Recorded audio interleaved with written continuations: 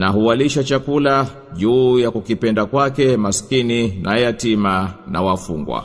إنما نطعمكم لوجه الله لا نريد منكم جزاء ولا شكورا.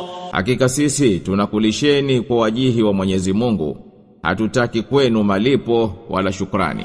Inna nakhafu min rabbina yawman abusan qamtarira. Hakika sisi tunaiogopa kwa Mola wetu mlezi hiyo siku yenye shida na taabu. فوقاهم الله شر ذلك اليوم ولقاهم نضرة وسرورا. Basi Mwenyezi Mungu atawalinda na shari ya siku hiyo na atawakutanisha na raha na furaha. وجزاهم بما صبروا جنة وحريرا.